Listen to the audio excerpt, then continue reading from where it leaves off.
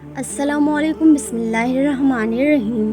زنا اور تنہائی میں گناہ سے بچنے کا طریقہ۔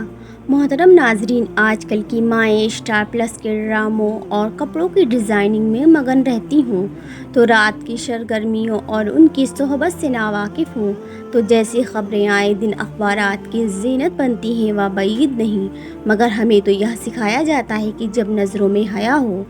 دوستو، آج ہم اسی موضوع پر بات کرنے والے ہیں۔ آپ سے چھوٹی سی گزارش ہے کہ ویڈیو کو لاسٹ تک ضرور دیکھیے گا اور ہمارے چینل کو ضرور سبسکرائب کریں۔ دوستو، کئی بار ذہن میں سوال اٹھتا ہے کہ شریعت میں صرف زنا کی سزا ہی اتنی سخت کیوں رکھی گئی ہے؟ جب قرآن کی طرف رجوع کیا، معلوم ہوا کہ جہاں صرف اللہ کے حق کا معاملہ ہوتا ہے تو اللہ نرمی کا رویہ اپناتے ہیں، اور جہاں بندے کا حق اللہ کے حق سے مل جاتا ہے تو اللہ پاک سختی اختیار کرتا ہے۔ دو افراد کے زنا کے متاثرین، دو فرد، دو خاندان، دو قومیں، دو گروہ یا دو قبیلے نہیں بلکہ پوری امت ہے۔ قتل کے گناہ کی سزا بھی قتل ہے، جیسا کہ قرآن مجید میں ارشاد ہے، جس نے ایک انسان کو قتل کیا اس نے پوری انسانیت کو قتل کیا۔ مگر یہاں آپس میں صلح صفائی کی بنیاد پر دیت کی رعایت بھی دی ہے۔ چوری کی سزا ہاتھ کاٹنا، قتل کی سزا قتل، مگر زنا کی سزا یوں بھی اپنی شدت میں بڑھ کر ہے کہ جب یہ چھپ کر نہیں بلکہ شرعام مضمے میں دینی ہے، اور ہر پتھر جسم پر ایک زخم بنائے گا جب تک کہ جان نہ نکل جائے۔ اس سزا میں حکمت یہ ہے کہ جیسے اس گناہ کے عمل میں اس کے جسم کے ہر ٹشو نے لطف اٹھایا ہے تو اب موت بھی لمحہ لمحہ اور پل پل کی جیت کے بعد ملے گی، یعنی جانی اب موت ہمیں ایسی آئے گی جیسے کہ ہم تڑپ تڑپ کے مرنے والے ہیں۔ اپنے خون میں غسل نہ کریں، اس کی توبہ قبول نہ ہوگی۔ مگر کیا اللہ پاک اتنے ہی بے انصاف ہیں کہ گناہ کی اتنی بڑی سزا رکھ دی مگر اس سے بچنے کی کوئی ترکیب یا طریقہ نہیں سکھایا؟ نہیں، ایسا ہرگز نہیں ہے۔ اللہ پاک نے اس امت کو اپنے نبی حضرت محمد مصطفیٰ صلی اللہ تعالیٰ علیہ وسلم کے واسطے سے قرآن حدیث کے ذریعے اس گناہ سے بچنے کے لیے پورا پلان پیش کیا ہے۔ احکامات کی پوری لسٹ ہے، کام کرنے یا نہ کرنے کی مکمل فہرست ہمیں مہیا کی گئی ہے۔ آئیے ان سب کا جائزہ لیتے ہیں۔ پہلا حکم استئذان یعنی اجازت طلب کرنا۔ کسی کے گھر یا کمرے میں بلا اجازت مت جاؤ۔ بھائی بہن کے، باپ بیٹی کے، ماں بیٹے کے کمرے میں جانے سے پہلے بھی اجازت طلب کریں۔ شریعت اس طرح ہمیں مزاج سکھا رہی ہے، اور آج اس حکم پر عمل نہ کرنے سے محرم رشتوں میں بھی خرابیاں آ رہی ہیں۔ گھر میں دو حصے رکھیں، پرائیویٹ روم یعنی ذاتی، کامن روم یعنی عام پرائیویٹ کمروں سے محرم اجازت سے اور اجنبی بالکل مت آئیں تاکہ ایک دوسرے کو نامناسب حالت میں کبھی نہ دیکھ سکیں۔ اسی لیے مہمانوں کے لیے الگ الگ کمرے یعنی ڈرائنگ رومز وغیرہ ہونے چاہیے تاکہ مرد مردوں کو اور عورت عورتوں کو بالکل مت دیکھ پائیں۔ کزن ہو یا سسرال رشتہ دار، مگر عالم یہ ہے کہ ہمارے یہاں کزنز کھلم کھلا فیملی کزنز کے کمرے میں آتے جاتے ہیں، چھیڑخانی ہوتی ہے اور ہنسی مذاق اور آؤٹنگ چل رہی ہوتی ہے، اور اسی دوران شیطان اپنا وار کرتا ہے۔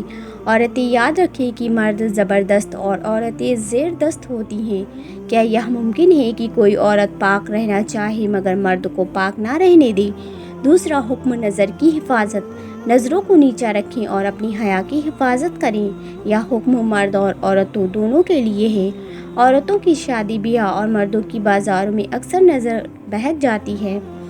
کوئی مہمان آئے تو عورتیں جھانکتی تاکتی ہیں، اور اسی طرح باپ بھائیوں کے دوستوں سے بھی ہنس ہنس کر ملتی ہیں، جبکہ شریعت تو دیکھنے سے بھی منع کرتی ہے۔ مردوں عورتوں کی یہ عادت شادی بیاہ میں کھل کر سامنے آتی ہے۔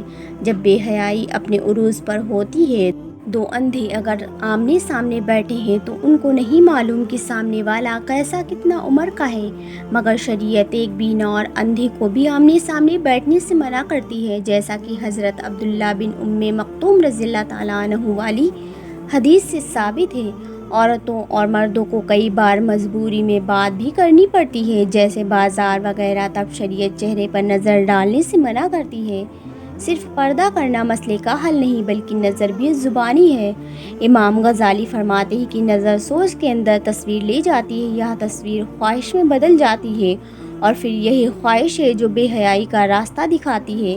تیسرا حکم زینت کو چھپانا۔ پردہ اور چیز ہے اور زینت اور چیز۔ عورت کے بجائے زینت نماز میں چھپائے جانے والے اعضاء ہیں۔ کوشش کریں کہ اس فتوی کے دور میں محرم سے بھی زینت والے اعضاء چھپائے جائیں۔ اپنے سینے اور گریبان کو خصوصی ڈھانپیں۔ مرنے کے بعد اللہ پاک 4 کپڑوں میں عورت کو ڈھانپ کر قبر میں بھیجنے کو کیوں کہتے ہیں؟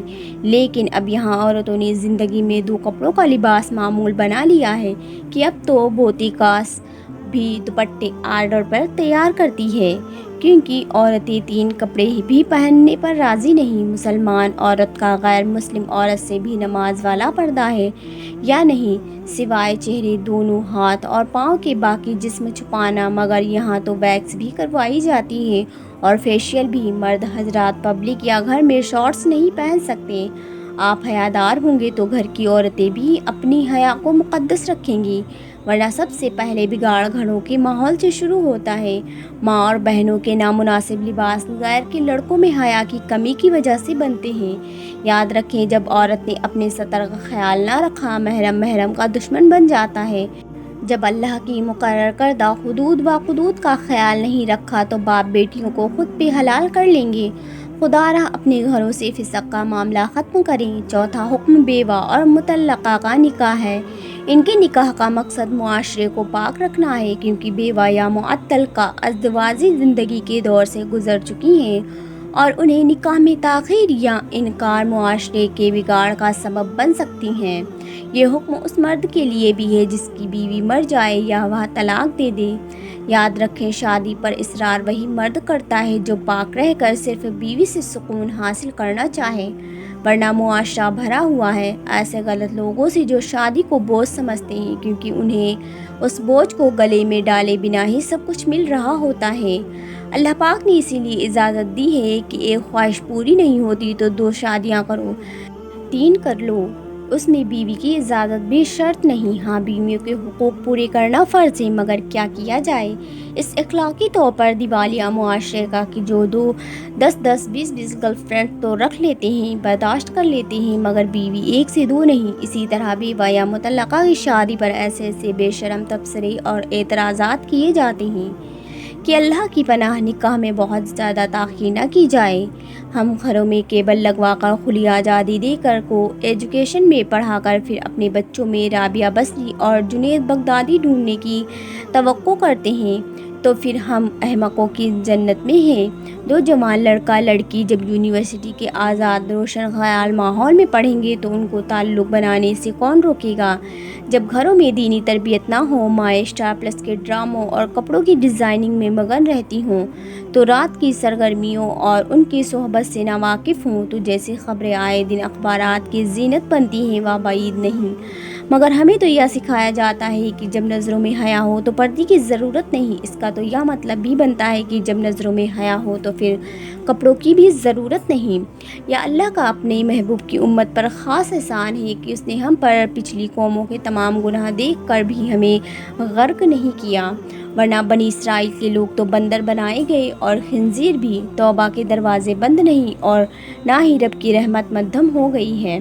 جب اللہ کی محبت اور ایمان کی روشنی دل میں آ جائے تو یہ نور اعلیٰ نور ہے، ویسے دل میں بے حیائی داخل نہیں ہو سکتی۔ ایمان کا نور لینا ہے تو ان گھروں میں جا کر بیٹھ جاؤ جہاں صبح و شام اللہ کا ذکر اور تسبیح پاک کی بیان ہوتی ہے، یعنی مسجد توبہ سے شاید دن گزرنے کا انداز بدل جائے، راتوں کی بے چینی سجدے کے سرور میں بدل جائے، اور جب یہ میڈیا اور معاشرہ تمہاری توبہ کو کھانے لگے تب فیصلہ ہوگا کہ تم اس رب العزت کے غلام ہو یا پھر اپنے نفس کے۔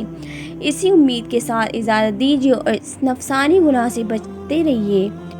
دوستو، اللہ پاک ہمیں نیک عمل کرنے کی توفیق عطا فرمائے اور ہمارا خاتمہ ایمان پر فرمائے۔ اللہ پاک میری اور آپ کی بخشش فرمائے، آمین یا رب العالمین۔